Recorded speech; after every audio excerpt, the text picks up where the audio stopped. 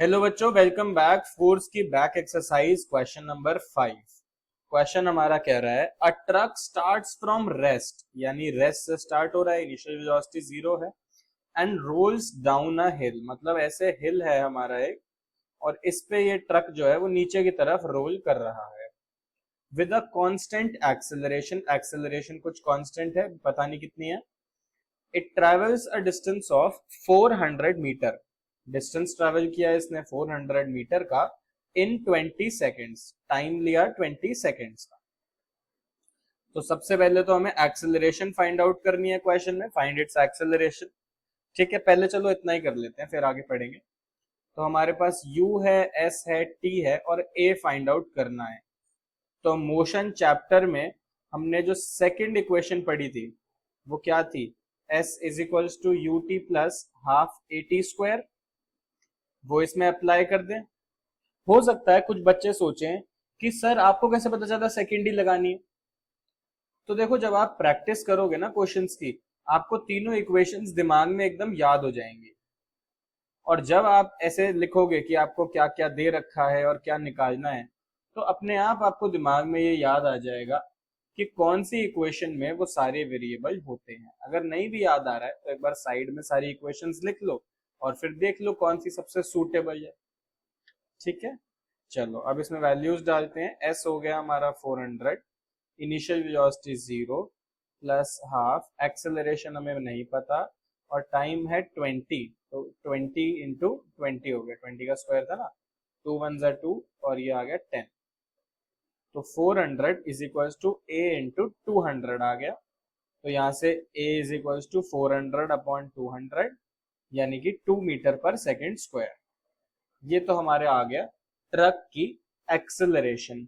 I hope यहां तक तो बहुत इजीली समझ में आ गया होगा आपको। आप कह रहे हैं find the force acting on it. Force निकालनी है। फोर्स का फॉर्मूला क्या होता है? Mass into acceleration. एक्सेलरेशन आ चुकी है। मास की अगर बात करें तो mass is 7 tons. 7 ton, 1 ton होता है 1000 kg, तो 7 टन कितना हो गया? 7000 kg। तो मास हो गया 7000 kg, एक्सेलरेशन हो गई 2 मीटर पर सेकेंड स्क्वायर। तो फोर्स कितना आ गया? 14,000 न्यूटन। फोर्स कितना आ गया? 14,000 न्यूटन। समझ में आई बात? चलो, इसको लिख के प्रैक्टिस जरूर करेंगे सभी लोग। अब नेक्स्ट क्वेश्चन पे चलते हैं। नेक्स्ट क्वेश्चन है question number 6। A stone of 1 kg is thrown with a velocity of 20 metre per second across the frozen surface of a lake। यानी ऐसे ये एक लेक है, ऊपर से ये पूरी फ्रीज हो रखी है, आइस है। अब यहां से ना एक स्टोन को बिल्कुल ऐसे फेंका गया। कितनी स्पीड से फेंका गया? 20 मीटर पर सेकेंड की स्पीड से फेंका गया। It comes to rest after travelling a distance of 50 metre, यानी 20 मीटर पर सेकेंड की स्पीड से फेंका। फाइनली वो रेस्ट पे आया 50 मीटर का डिस्टेंस, 50 मीटर का डिस्टेंस ट्रेवल करके। ये तीन डिटेल हमें दे रखी है। पूछा है what is the force of friction between the stone and the ice. तो फोर्स के लिए क्या चाहिए होता है? मास मल्टीप्लाई एक्सेलरेशन। हमें मास भी दे रखा है 1 kg का स्टोन का, तो बस एक्सेलरेशन निकालनी बची है। अब इसमें कौन सी इक्वेशन लगाएं बताओ? 5 सेकंड ले लो और सोचो कौन सी इक्वेशन लगेगी, भले ही पॉज कर लो वीडियो। इसमें लगेगी third equation of motion. Third equation of motion क्या होती है? v square minus u square is equal to 2as, यानी कि 0 का स्क्वायर माइनस 20 का square is equal to 2 into a into 50, यानी -400 इज इक्वल टू 100a। इसको फर्दर ऊपर सॉल्व कर दें। यहाँ पे a is equal to -400 upon 100, तो a is equal to -4 metre per second square. ये आ गई एक्सेलरेशन। एक्सेलरेशन कैसी आई है? नेगेटिव। क्यों? क्योंकि फ्रिक्शन की वजह से है, ऑपोजिट डायरेक्शन में है। ठीक है ना? फिर इसमें क्वेश्चन को पूरा सॉल्व करोगे, फोर्स आ जाएगा मास मल्टीप्लाई एक्सेलरेशन। तो फोर्स आ गया हमारा -4 न्यूटन। ये क्या है? ये है force of friction between stone and the ice. कितना है, -4 न्यूटन।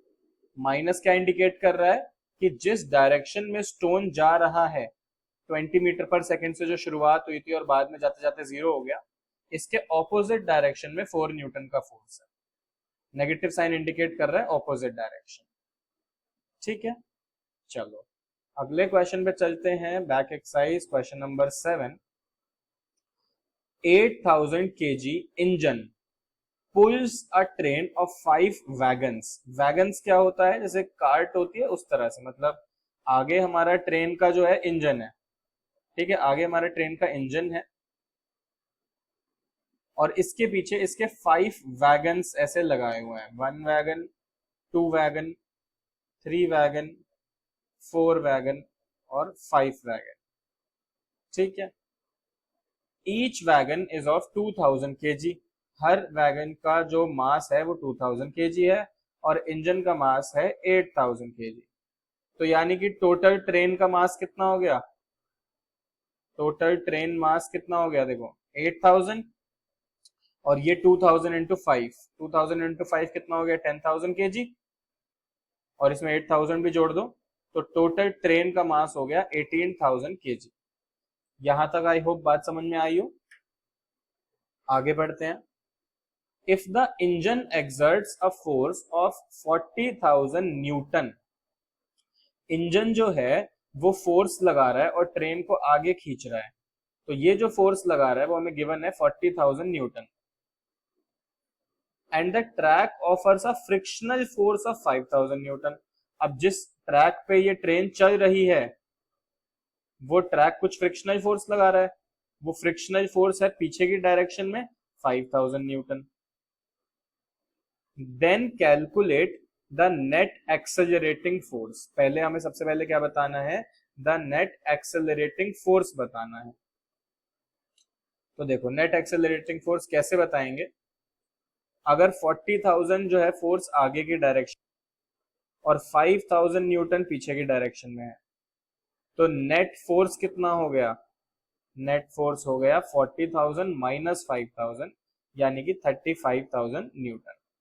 इसको आप नेट फोर्स भी बोल सकते हो और नेट एक्सेलरेटिंग फोर्स भी बोल सकते हो, एक ही बात है।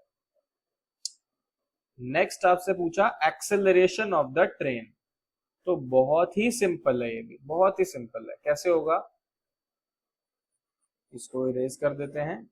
हमें देखो net acceleration of the train बतानी है ना, ट्रेन का मास पता है 18,000 kg, ट्रेन का फोर्स पता है 35,000 न्यूटन, इस फोर्स से वो आगे जा रहा है, तो हम F is equals to m a लगा देंगे और इससे एक्सेलरेशन आ जाएगा। देखो A is equals to f by m, तो A is equals to 35,000 upon 18,000, 3 zero से यहाँ 3 जीरो कट गए, 35 बाई 18।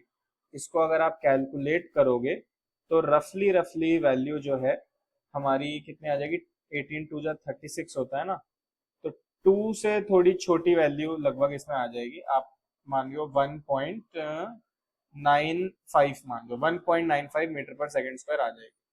बाकी इसको एग्जैक्ट आप कैलकुलेट कर सकते हो। समझ में आ गई बात, ठीक है। चलो नेक्स्ट क्वेश्चन पे चलें।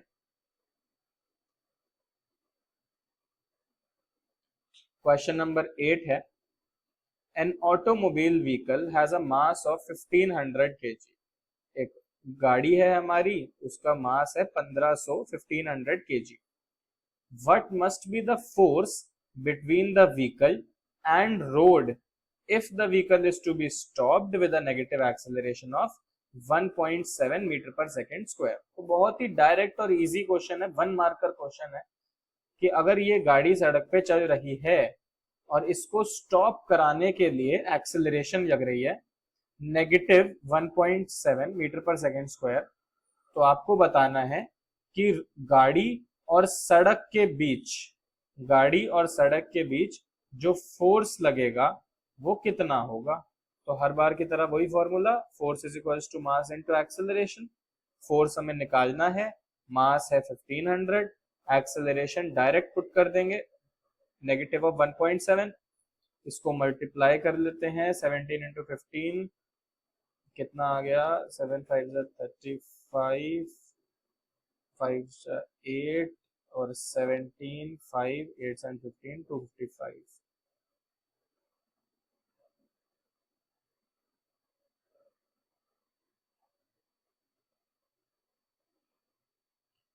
255, तो ये आ गया, दो जीरोस थे तो एक जीरो आ गया।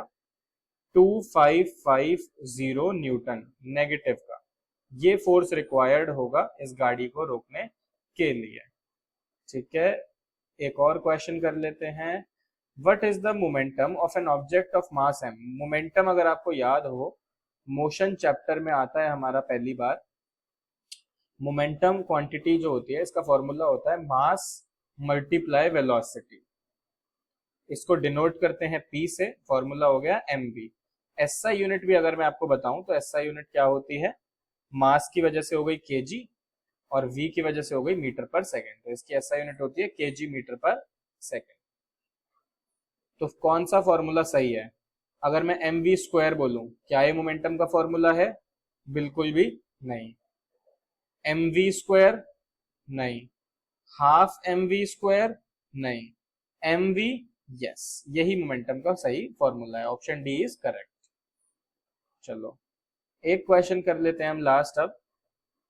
Using a horizontal force of 200 newton we intend to move a wooden cabinet across a floor at constant velocity. देखो भाई, हॉरिजॉन्टल मतलब ऐसे डायरेक्शन में, स्लीपिंग लाइन। तो एक ऑब्जेक्ट पे 200 न्यूटन का, 200 न्यूटन का हॉरिजॉन्टल फोर्स हम लगा रहे हैं। अब हम क्या कह रहे हैं, इसको मूव कराना है across the floor at constant velocity. Constant velocity पे मूव कराना है। तो बताओ what is the frictional force that will be exerted on the cabinet. यानी इस पे फ्रिक्शनल फोर्स कितना लगेगा। अरे बड़ा अजीब सा क्वेश्चन है, इसमें तो कुछ दिया ही नहीं। इसमें तो कोई मास नहीं दिया, कुछ इनिशियल फाइनल वेलोसिटी कुछ दिया ही नहीं, कैसे करें? तो देखो बड़ा मजेदार बात है, अगर आप ध्यान से सोचो, कांस्टेंट वेलोसिटी का मतलब क्या है?